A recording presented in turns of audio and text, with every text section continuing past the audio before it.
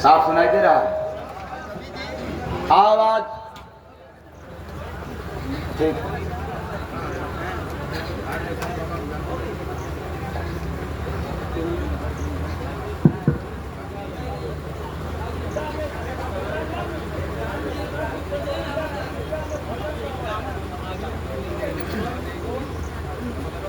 साहेब सबका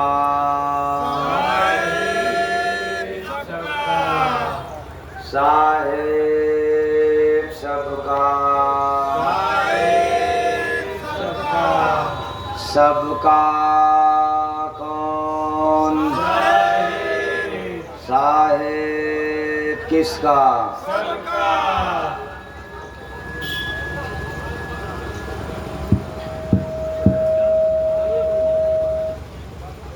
आज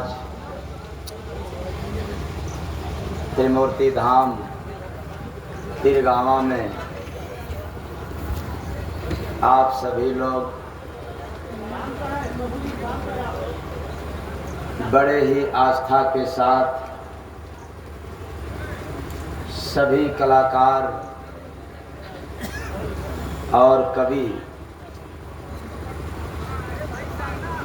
इस कार्यक्रम को सफल बनाने के लिए उपस्थित हैं और सौभाग्य से मुझे भी आने का अवसर बालचरण यादव जी के माध्यम से हुआ। तो यह मंच कलाकारों के लिए है। किसके लिए? कलाकारों के लिए है। लेकिन आज संयोग था मुझे भी इस मंच पर बैठने के लिए। तो कहने के लिए बहुत कुछ है और ना कहने के लिए तो कुछ भी नहीं है।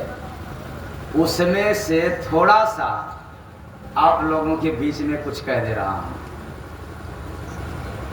तो मैं कोई गायक कलाकार नहीं हूँ,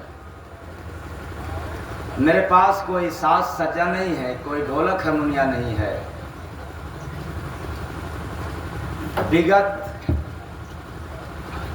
कई महीनों से, कई महीनों का मतलब 2-4 महीना नहीं, विगत कई महीनों से लगातार बोलते चला आ रहा हूँ और डेली 11:30 से लेकर के 1 के बीच में सोना पड़ता है। 14 बरस हो गया अन्न की त्याग से, फिर भी आपके बीच में जो बोल रहा हूं गला भारी है, क्योंकि काफी संख्या में भीड़ थी और दिन में 3-3 बार बोलना पड़ता था, इसलिए थोड़ा सा डिस्टरबेंस हुआ। वरना मेरा गला आप लोगों जैसा 2-4 दिन गा देने के बाद बिगड़ता नहीं है। फिर भी सीधे हम चलें कार्यक्रम की ओर और हो जाए शुरुआत एक भजन के साथ। नहीं कोई ज़रूरत नहीं है। उनको खुद है, कहीं गोवा वगैरह में या बदर जाते हैं तो बड़ा मार करते हैं सब बजाने के लिए, सब बड़े सब रसिक हैं। फिर भी हमारे जम्मू कश्मीर भारत पाकिस्तान बॉर्डर से आए हैं। आपके यहाँ जब जाता हूँ, हर साल जाता हूँ, 4-4 दिन वहाँ जहाँ रोटार दागा जाता है, आपके पास जो है जो सड़कें हैं वो फट जाती है और आपके मकान के शीशा जो है क्रैक हो जाता है, फिर भी मरने और जीने का कोई गम नहीं रहता है। जय गुरु वंदे महाराज को वहाँ भी 4 दिन हर महीने, अरे हर साल जाकर सत्संग सुनाया करता हूँ। प्रेम से बोलिए सतगुरु भगवान की जय। तो एक भजन सुने।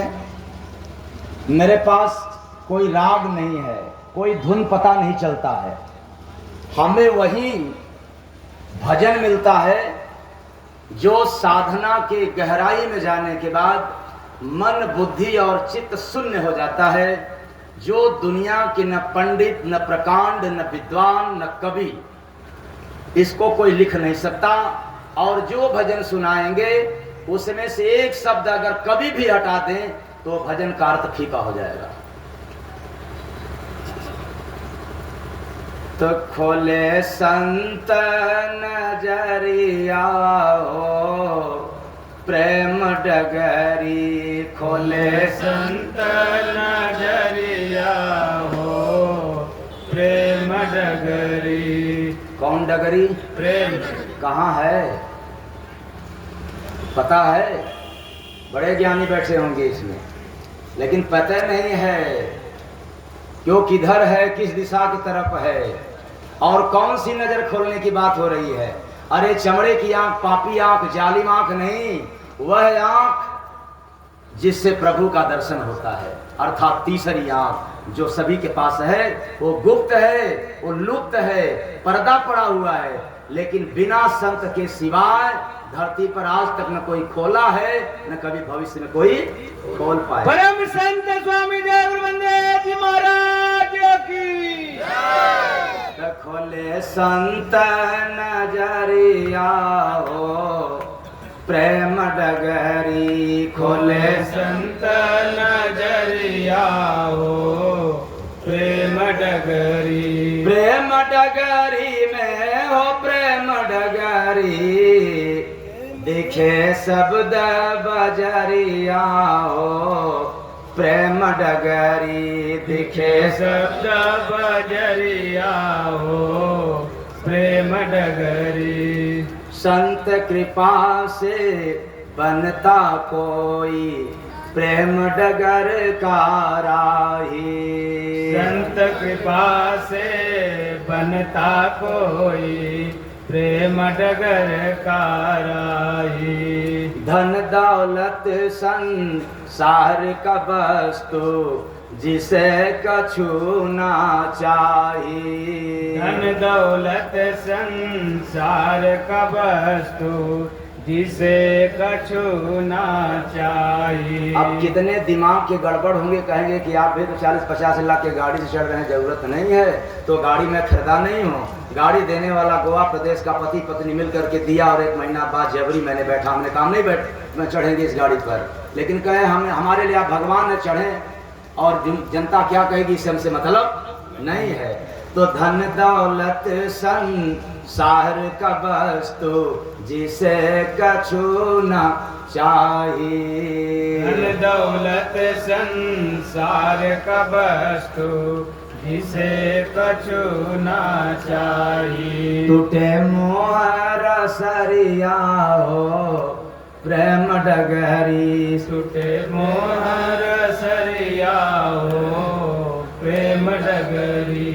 प्रेम डगर का रहे निवासी मिले शब्द का मोती, प्रेम डगर का रहे निवासी मिले शब्द का मोती। मुख से निकली मधुरी बानी परख हंस को होती, मुख से निकले मधुरी बानी परखे हंस को होली। हटे पाप बदरिया हो प्रेम डगरी, हटे पाप डगरिया हो प्रेम नगरी। प्रेम डगर पे प्रेम पिटारा देते संतर खोली, प्रेम डगर पर प्रेम पिटारा देते संतर खोली। भर जाता है हंस कपल में राम रतन से झोली, भर जाता है हंस कपल में राम रतन से झोली। उठे संत लहरिया हो प्रेम डगरी, उठे संत लहरिया हो प्रेम डगरी। प्रेम डगर पे मिट जाता है मन माया का हस्ती, प्रेम डगर पे मिट जाता है मन माया का हस्ती। जय गुरु बंदे चला सो देखा चढ़ी अगम की मस्ती।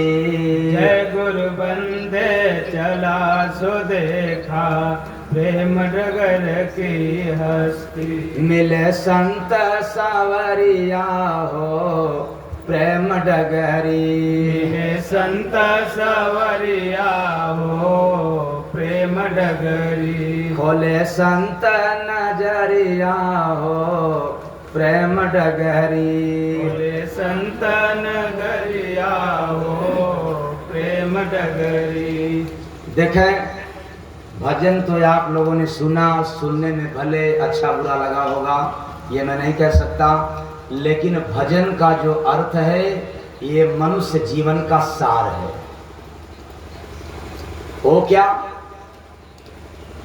हर भजन के लाइन में प्रेम प्रेम शब्द आप लोगों को सुनाई दिया, लेकिन प्रेम को आज तक धरती का कोई विद्वान नहीं जान पाया, और जिसने जाना प्रेम को उसको कंठी माला पूजा पाठ करने की आवश्यकता नहीं पड़ा, और जिसको प्रेम नहीं समझ में आया वो जगत में पाखंड का रास्ता पकड़ लिया, भ्रम का रास्ता पकड़ लिया, भ्रमित हो गया, और जिसे मन और माया के जाल में फंस गया।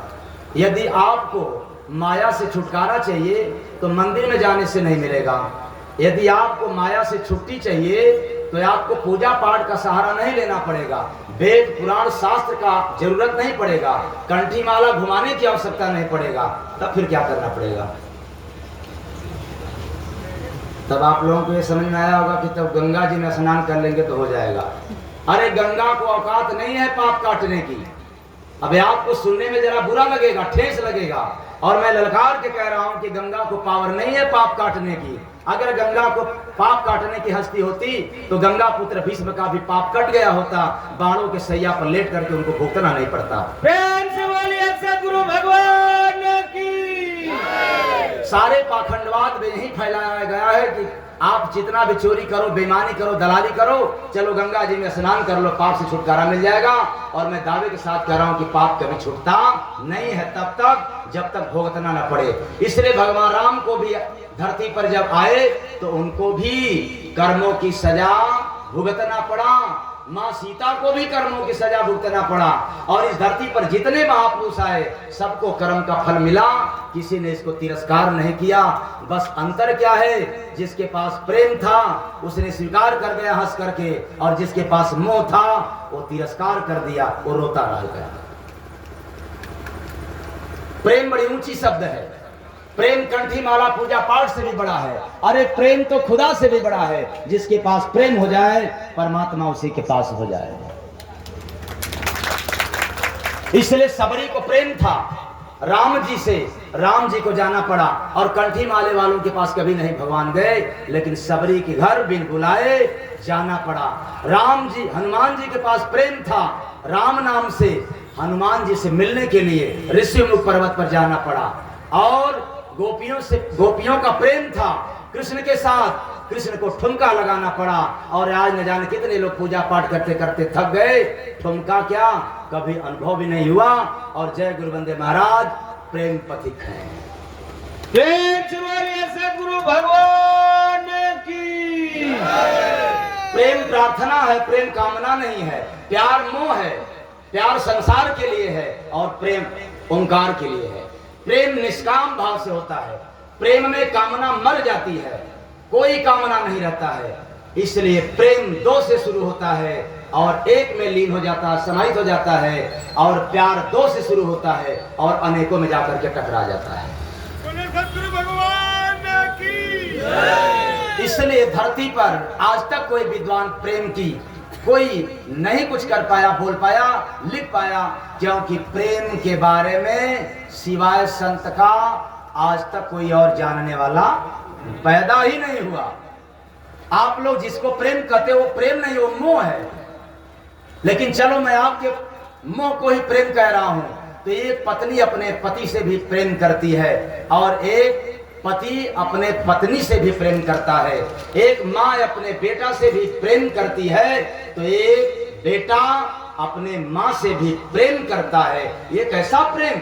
प्रेम तो दो से शुरू होता है, एक में समाहित हो जाता है। ये प्रेम नहीं है, ये मोह है। तो आप सभी लोग मोह के रास्ते पर चलने वाले हो। और जय गुरु बंदे महाराज, प्रेम के पथ पर कैसे तालमेल मिलेगा? तो खोले संत नजरिया हो प्रेम डगहरी, खोले संत नजरिया हो प्रेम डगरी। अरे जिसके पास प्रेम हो जाए माया भी दूर हो जाएगी। मैं दावे के साथ कह रहा हूँ, ललकार के कह रहा हूँ कि माया दूर हो जाएगी, क्योंकि भगवान के पास दो नारी है, प्रेम और यानी भक्ति। प्रेम मतलब भक्ति, भक्ति और माया। पर जानते हैं ना, नारियों में एक और गुण बड़ा जबरदस्त पाया जाता है। भाई देखो, नारियों में भी बड़ा कलाकार गायिका हैं, हो सकता है न समझने के कारण कुछ भी समझ लें, लेकिन मेरा ललकार भारत के चारों कोना और विदेशों में भी बाड़ियाँ जाती है, विदेश में खुद ही जाना पड़ता है। इसलिए यदि आपको समझ में न आए तो थोड़ा समय निकाल करके मेरे से समझ लेना। पर मैं दावे के साथ कहता हूँ कि नारियों में एक कमी जबरदस्त पाई जाती है, सवत डा। कौन डा? सवतिया डा। अरे सीता को भी हो गया था, वो तो याद सती जगत जननी थी। तुम कौन हो भला, तेरे अंदर कैसे नहीं आएगा? ये प्राकृतिक गुण है नारियों के अंदर, शब्द डा। इसलिए भक्ति और माया ये दोनों भगवान की शक्ति है, ये स्त्री है, दोनों एक साथ नहीं रह सकती, क्योंकि नारियों का स्वभाव है क्षण ही में हंसना, क्षण ही में रोना और क्षण ही में। पर क्या किया जाए, नारी न रहे तो न भगवान पैदा हो न हम आप पैदा हो। प्रेम से बोलिए सद्गुरु भगवान की। तो जहां भक्ति रहेगी वहां माया नहीं रह सकती, जहां माया रहेगी वहां भक्ति नहीं रह सकती। इसलिए आप प्रेम कर दो भगवान से, माया को भगाना नहीं पड़ेगा, माया आपको छोड़ करके चली जाएगी। और कितना भी तिलक चंदन लगाते रहोगे, राम हरे रामा गाते रहोगे और अगरबत्ती घुमाते रहोगे, तो भी माया छोड़ने वाली नहीं है।